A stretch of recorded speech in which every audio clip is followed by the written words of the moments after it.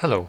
To move contacts from SIM card to internal storage on the Redmi Note 14, first of all we have to go into the application Contacts right there.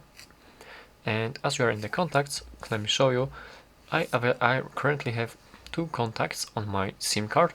So right now I will transfer them to internal storage. So to do this, we have to go into this Organize category right there and scroll down and go into Manage SIM.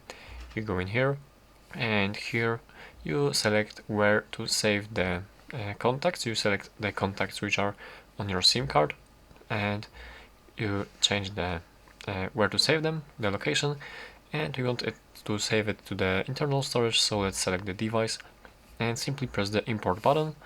And you can also remove copies from the SIM card, or you can keep them, but let's for example delete them. Two contacts has been imported, and let's take a look right now. And this option is bugging. I had the same issue earlier actually with this when importing contacts from the SIM to the internal storage and pressing the button to delete the copies. They actually are not deleting, and there will be two copies of these contacts, as you can see.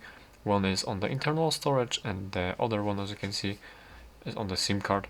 So that's some kind of mistake, but basically that's how to do it. So thank you for watching.